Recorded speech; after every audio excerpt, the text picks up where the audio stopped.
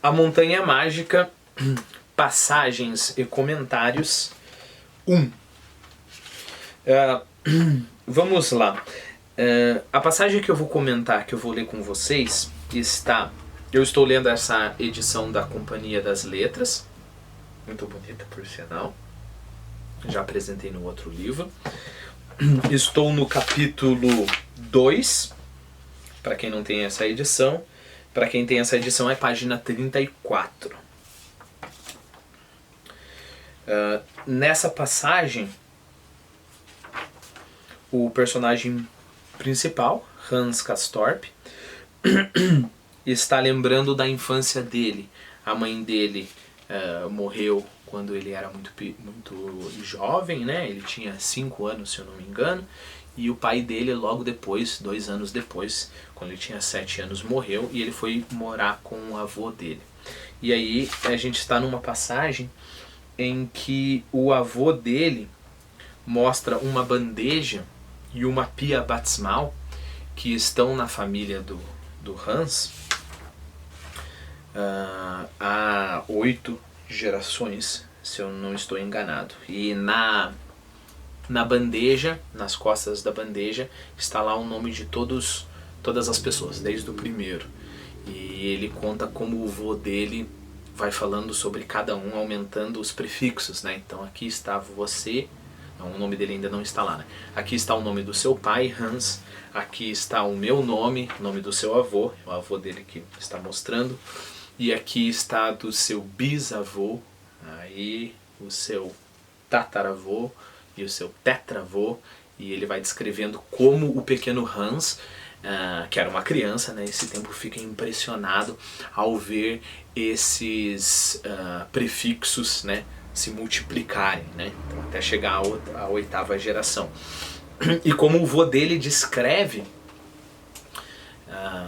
com gosto, né, isso a gente infere no livro, como ele descreve com gosto esse ir mais longe na genealogia, né? Então, seu avô, o seu bisavô, o seu tataravô, o seu tetravô, e ele vai continuando, descrevendo cada uma dessas partes, né?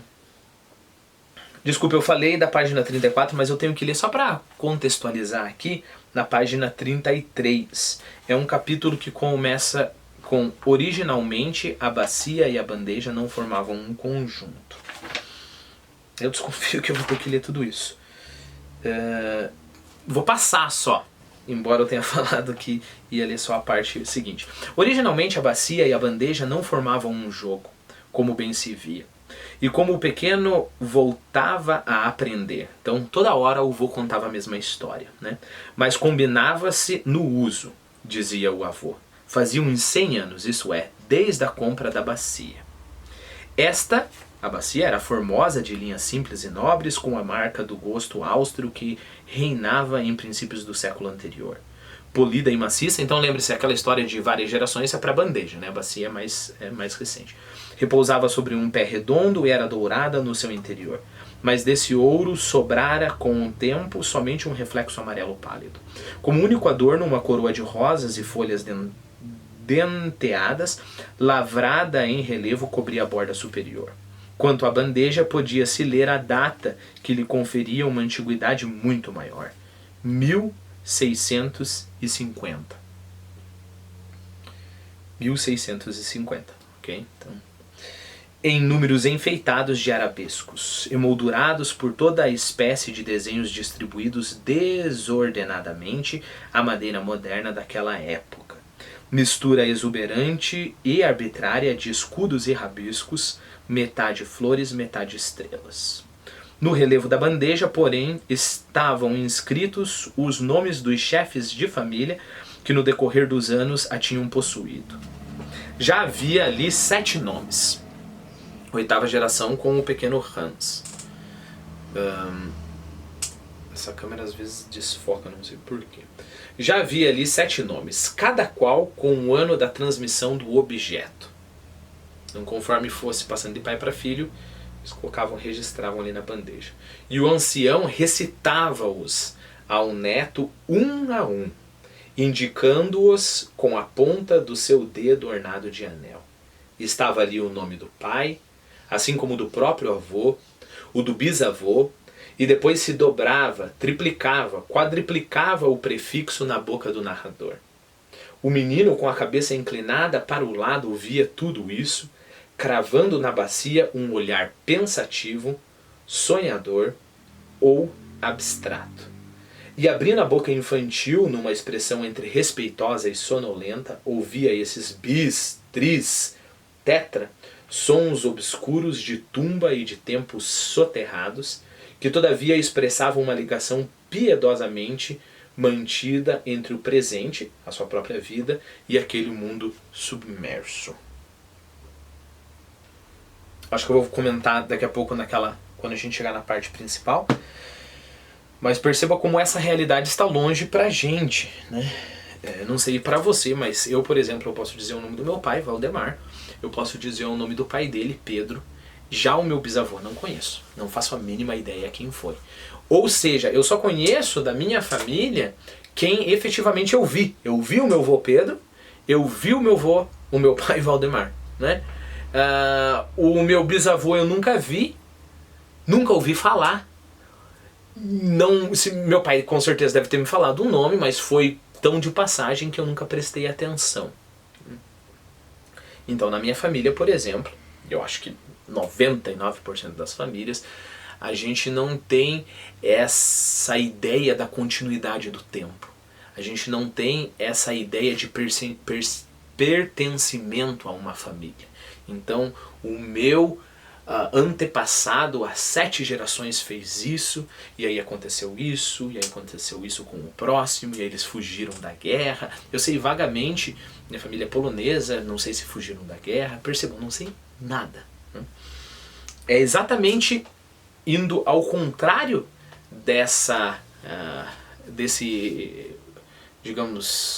concepção que a gente tem, que essa família está indo. Mas percebam, eles não são exceção, né? Na Europa isso não é exceção, né? Há um respeito muito grande pelos seus antepassados. Esses sons exerciam sobre o menino um efeito esquisito, que se refletia em seu rosto. Ao ouvi-los, tinha a impressão de respirar um ar frio, bolorento, o ar da igreja de Santa Catarina ou da cripta de São Miguel. Parecia-lhe sentir o sopro daqueles lugares onde as pessoas tiravam os chapéus e avançavam num andar reverente, cadenciado na ponta dos pés. Julgava ouvir até mesmo o silêncio remoto, pacato desses lugares ecoantes. Não é o ponto aqui, mas prestem atenção, essa parte é linda. Julgava ouvir até mesmo, essa descrição, julgava ouvir até mesmo o silêncio remoto, pacato desses lugares ecoantes. Um tipo de cemitério, obscuro, frio, remoto, pacato, ecoante. Ao som dessas sílabas surdas, sensações devotas mesclavam-se com a ideia de morte e da história. E tudo isso era benfazejo ao garoto. Eu tenho que comentar. Por conhecer as ideias, por conhecer os seus antepassados, ele é introduzido a ideia de morte. Bom, se teve um cara lá, as 7 gerações, que viveu e morreu, e isso foi há muito tempo, e depois outro que viveu e morreu, e depois outro que viveu e morreu, e depois outro que viveu e morreu, e depois outro, e depois o meu pai que viveu e morreu, está muito presente, muito claro para essa criança essa ideia de continuidade através do tempo. Também está muito presente essa ideia de pertencimento. Eu pertenço a uma genealogia. Puxa, era uma outra palavra que eu queria. Eu pertenço a uma... Esqueci a palavra. Tá. Não é importante, mas vai ficar me atrapalhando na cabeça quando eu não lembro assim. Bom, eu pertenço a essa família, né? Eu pertenço a essa tradição. Então, já é introduzido sem o ensino artificial, né? Introduzido ali, na realidade, a ideia de história, a ideia de morte, a ideia de pertencimento, a ideia de fim, A ideia de levar para frente algo, algum esforço que se começou no passado, né? Eu não sou essa luz que aparece agora e começou agora e vai acabar agora e pronto, né? A nossa vida é isso daqui. Não, a nossa vida faz parte de um rio contínuo, né? É isso que o jovem Hans está aprendendo aqui. Quero benfazejo ao garoto. Quem sabe se não era para ouvi-las e repeti-las mais uma vez que ele gostava tanto de contemplar a pia batismal? Quase como se fosse um ritual, quase como se fosse um mantra. O avô dele sempre ensinava a mesma coisa. E ele queria escutar mais uma vez, e mais uma vez, e mais uma vez. Depois, o avô repunha a bacia sobre a bandeja e mostrava ao menino a concavidade lisa, levemente dourada que resplandecia sob a luz vinda do teto. Essa é a passagem que eu acho bonita, levando em conta tudo isso que eu falei até agora, quase como se fosse um ritual, o que vai acontecer agora. E o modo do narrador nos contar isso é como se fosse um ritual, em que as coisas se repetem, né?